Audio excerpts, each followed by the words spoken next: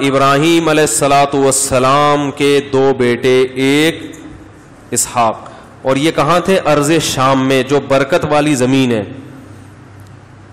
برکت والی زمین۔ اللہ نے اس کو برکت والی زمین کہا ہے سورہ بنی اسرائیل میں، سبحان الذی اسری بعبدہ لیلا من المسجد الحرام الی المسجد الاقصی الذی بارکنا حولہ، پاک ہے وہ ذات جو اپنے بندے یعنی محمد صلی اللہ علیہ وسلم کو مسجد حرام سے مسجد اقصی کی طرف لے گیا، جس مسجد اقصی کے ارد گرد کا ایریا ہم نے برکت والا رکھا ہے۔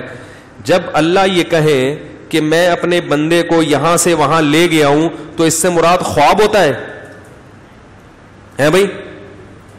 میں کہوں کہ میں آپ کو یہاں سے وہاں لے گیا، تو آپ کہیں یہ تو ممکن نہیں ہے اتنی جلدی، تو میں کہوں سبحانہ، میری طاقت ہے، قدرت ہے۔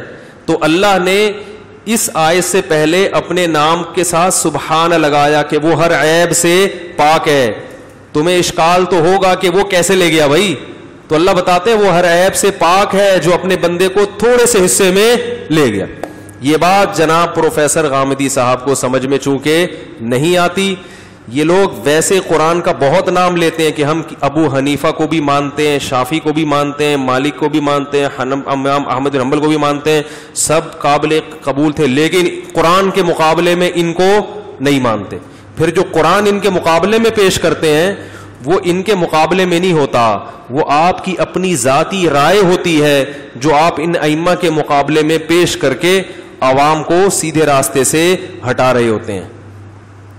سمجھ میں آ رہی ہے بات؟ قرآن ایک وہ ہے جو ان ائمہ نے سمجھا، اور ایک وہ ہے جو میں اور آپ سمجھتے ہیں۔ تو ہم یہ نہیں کہتے کہ آپ قرآن کو مت فالو کریں، ان ائمہ کو فالو کریں، نا نا نا نا نا نا۔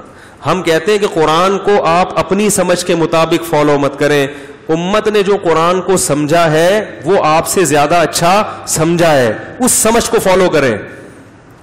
تو جہاں اپنے مطلب کی چیز ہوگی وہ قرآن بالکل انکار، اور جہاں دوسرے کا قرآن سے استدلال کر رہا ہوگا، جہاں اپنا مطلب نکل رہا ہوگا وہاں قرآن، جہاں دوسرے کا مطلب قرآن سے نکل رہا ہے وہاں قرآن کا انکار۔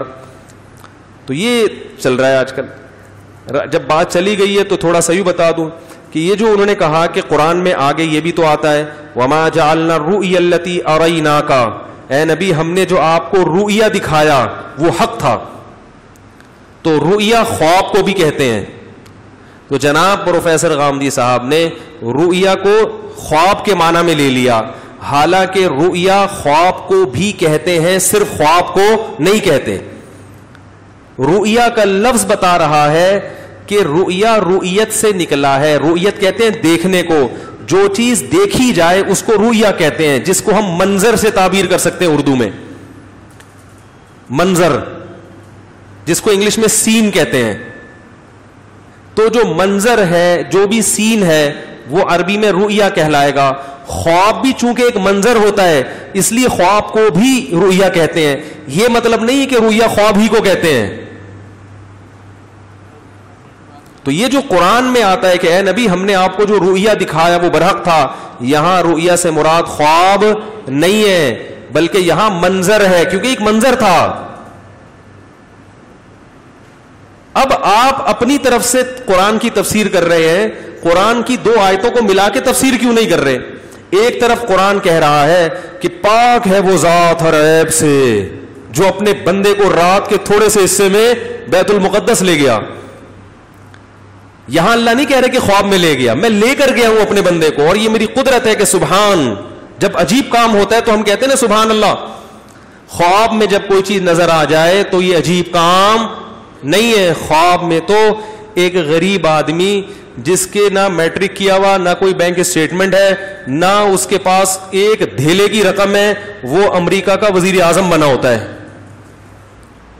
اب ایک آدمی آپ سے کہے کہ اگلی دفعہ امریکہ کے صدر کے لیے مجھے سلیکٹ کیا ہے، آپ کہیں گے سبحان اللہ، بھئی بڑی بات ہے۔ لیکن اگر وہ کہے میں نے خواب میں سلیکٹ ہوا ہے تو آپ کہیں گے سبحان اللہ، کہیں گے اچھا ہے، خواب تو اچھے آنے چاہیے، ٹھیک ہے۔ قرآن کہہ رہے سبحان الذی، بڑی قدرت والی ہے وہ ذات، عقل سے بعید ہے کہ رات کے تھوڑے حصے میں مسجد حرام سے مسجد اقصی ہو کے آ جائیں، یہ پاسبل نہیں ہے، لیکن اللہ کہتے ہیں میرے لیے پاسبل ہے۔ تو اس لیے دین سیکھو علماء سے. اگر مولویوں میں غلط لوگ ہیں تو صحیح لوگ بھی کس میں ملیں گے؟ یہ لوگ غلط قسم کے مولاناؤں کے حوالے دے دے کے علماء کو بدنام کرتے ہیں. یہ ایسے ہی ہے جیسے میں غلط قسم کے ڈاکٹروں کے کچھ آپ کے کیسز بتاؤں. وہ ڈاکٹر نے بندہ مار دیا, اس نے غلط انجیکشن لگا دیا. تو بھائی جہاں غلط انجیکشن والے ڈاکٹر ہیں, صحیح والے بھی تو ہیں نا. تو اپنے بنیادی عقائد علماء سے سیکھا کریں. خیر کہاں سے کہاں بات چلی گئی. تو اللہ تعالیٰ نے